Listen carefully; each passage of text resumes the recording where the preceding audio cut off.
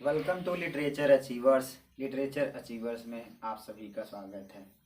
जैसा कि आप सभी लोग जानते हैं कि पार्ट्स ऑफ स्पीच की सीरीज चल रही है जिसमें noun, pronoun, adjective, verb, adverb. इस समय आपका चल रहा है एडवर्ब, जिसमें रूल्स ऑफ एडवर्ब में रूल नंबर 1 से लेकर के रूल नंबर 8 तक डिस्कस हो चुका है। आज आपका है रूल नंबर 9, जो आपके प्रत्येक कॉम्पिटिटिव एग्जाम के लिए अति महत्वपूर्ण है। तो आइए बिना देरी करते हुए उसको फटाक से देख लेते हैं। क्या है रूल्स ऑफ वर्ब में, या जिसे आप लोग बोल सकते हैं रूल्स ऑफ एडवर्ब, ये है। ठीक है, वर्ब नहीं है, रूल्स ऑफ क्या है, एडवर्ब है। एडवर्ब की सीरीज चल रही है। रूल्स ऑफ एडवर्ब में रूल नंबर 9 आपका है। क्या है, जब कोई एडवर्ब किसी इंट्रांसिटिव वर्ब को मॉडिफाई करे तो वह उसके ठीक पश्चात प्रयुक्त होता है। तो सबसे पहले हम ये जानेंगे कि व्हाट इज ट्रांसिटिव वर्ब। देखिए, वर्ब जो आपकी होती है वो दो तरह की होती है, ट्रांसिटिव और इंट्रांसिटिव। कैसे हम जानेंगे कि ये वर्ब ट्रांसिटिव है कि इंट्रांसिटिव है? अगर उस वर्ब का ऑब्जेक्ट उसके साथ है तो वो आपकी क्या है, ट्रांसिटिव है। अगर ऑब्जेक्ट नहीं है तो वो वर्ब क्या है, इंट्रांसिटिव है।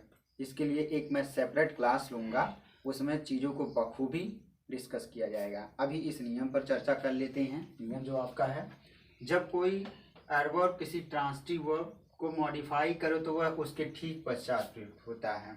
जब कोई एडवर्ब किसी ट्रांसिटिव वर्ब को मॉडिफाई करे तो वह उसके क्या होता है, ठीक पश्चात, मतलब ठीक बाद में प्रयुक्त होता है। तो उसको कैसे आप लोग जानेंगे कि ठीक इसके बाद प्रयुक्त होता है? तो उसको जानने के लिए हम कुछ एग्जाम्पल्स देखेंगे। With the help of some examples we will try to understand. कुछ एग्जाम्पल्स के माध्यम से या कुछ उदाहरण के माध्यम से हम समझने की कोशिश करेंगे। तो आइए देखिए, समझा क्या है, समझा जाए क्या चीज़ें कैसे हैं। एग्जाम्पल्स में आपका है, all the clerks in the office work well. एक कोई ऑफिस है, उसमें कोई बता रहा है कि इस ऑफिस के जितने भी क्लर्क्स हैं वो क्या कर रहे हैं, काम अच्छा कर रहे हैं।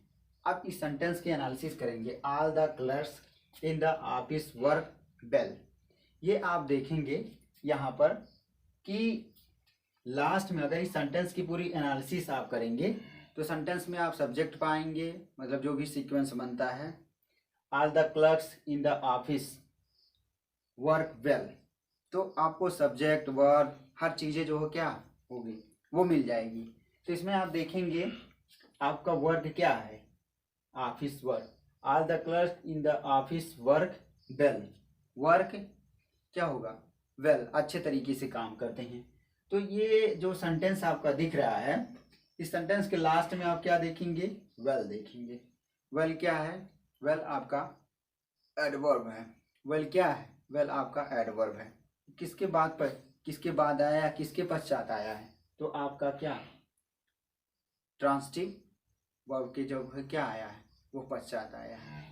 ठीक है, उसके बाद दूसरे में देखेंगे, ही हिज फादर लिव्स देयर, उसके पिता वहाँ रहते हैं। यहाँ पर भी आप देखेंगे उसी तरीके से है, सेम कंडीशन है। तीसरा आपका है, ही लिव्स पीसफुली, वह शांतिपूर्वक रह रहा है। मतलब एक चीज़ आप लोग ध्यान दीजिए कि ये जो अभी आपके 3 एग्जाम्पल्स थे, वेल आपका एडवर्ब हुआ, देयर भी क्या आपका एडवर्ब है, पीसफुली भी आपका क्या है, ये एडवर्ब है। नेक्स्ट आप देखेंगे, ही डाइड हैप्पीली, वह जो है बड़े आनंद पूर्वक मरा। भाई कोई इंसान मर रहा है तो बहुत पीसफुली मर रहा है या आनंद पूर्वक मर रहा है, तो सबकी अपनी अपनी बात होती है, कंडीशन के ऊपर ये डिपेंड करता है। तो इन चारों एग्जाम्पल्स में आप देखेंगे वेल एडवर्ब आपका है, देयर क्या है, आपका एडवर्ब है। एडवर्ब में कौन सा एडवर्ब है, एडवर्ब ऑफ प्लेस है। पीसफुली, पीसफुली शांतिपूर्वक, ये क्या है, ये आपका एडवर्ब ऑफ क्वालिटी है। उसके बाद ही डाइड हैप्पीली, ये भी क्या है आपका, ये एडवर्ब ऑफ क्वालिटी है। ठीक है, या कुछ सिचुएशन में आप इसको बोल सकते हैं पीसफुली को एडवर्ब ऑफ मैनर, इसको भी आप बोल सकते हैं एडवर्ब ऑफ मैनर। क्वालिटी और मैनर बहुत माइन्यूट डिफरेंस है, उसको देखा जाएगा नेक्स्ट में। तो यहाँ पर आप देखेंगे कि ये इन जो चारों एग्जाम्पल में वेल हो गया, पहले में, दूसरे में देयर हो गया, तीसरे में पीसफुली होगा, चौथे में हैप्पीली हो गया। ये आपके क्या हैं, एडवर्ब हैं। किसके पर्याप्त, किसके जो है पश्चात प्रयुक्त हुए हैं, तो ये आपके प्रयुक्त हुए हैं ट्रांसिटिव वर्ब के पश्चात। जैसा कि यहाँ पर लिखा हुआ ट्रांसिटिव वर्ब को मॉडिफाई करे तो वह उसके ठीक पश्चात प्रयुक्त होता है। मतलब आप इसमें वर्ब तो कैसे करते हैं, वर्ब कैसे करते हैं, अच्छे तरीके से करते हैं। कहाँ रहता है, वहाँ रहता है। मतलब ये वर्ड इसको क्या कर दे रहा है, मॉडिफाई कर दे रहा है। लिव्स रह रहा है कैसे, पीसफुली, मतलब पीसफुली वर्ड क्या कर रहा है, इसको मॉडिफाई कर रहा है। मतलब आई लिव, मैं रहता हूँ, आई लिव पीसफुली, मैं शांतिपूर्वक रहता हूँ। दोनों में अंतर आप लोग देखिए। इसके बाद ही डायड, वह मर गया। ही डायड हैप्पली, वह बड़े आनंद पूर्वक मरा, बड़े सुख पूर्वक मरा, बड़े अच्छे पूर्वक मरा। जिस तरीके से आप चाहे ले सकते हैं। तो यही वर्ड, यही बातें, सब चीज़ें हैं। इसको आप लोग देखिए। और ये आपके, मैं जैसा कि अभी बोला हूँ कि आपके एग्जाम्स के लिए क्या है, अति महत्वपूर्ण है। इसको आप लोग देख लीजिए। देखने के बाद बढ़िया से इसको पढ़ लीजिए, जान लीजिए और इसका स्क्रीनशॉट ले लीजिए। या तो आप लोगों को मैं हमेशा बार बार बोलता हूँ कि इसको आप लोग जो है नोट्स ले करके नोट्स में इसको जो है क्या करिए, आप लोग जो है बढ़िया से बना लीजिए, बढ़िया से देख करके बना लीजिए। इसको बहुत अच्छे पूर्वक, बहुत इत्मीनान पूर्वक जो भी नियम है इसको पढ़ करके समझ करके आप लोग जो बना लीजिए, जान लीजिए। देखिए एक आप लोगों के साथ जो है पांचवा, जैसे आपका है ही बिहेव्ड, BEHAVED, ही बिहेव्ड। अब आप लोग कोई वर्ड अपने दिमाग में रख लीजिए, क्या मैं लिखूं। जैसे मैं यहाँ लिख दे रहा हूँ ही बिहेव्ड जेंटली, GENTLY।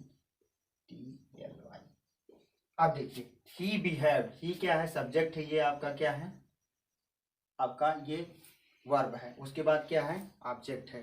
तो जिस वर्ब की ऑब्जेक्ट रहती है वो ट्रांसिटिव वर्ब मानी जाती है, ये आप जानते ही हैं।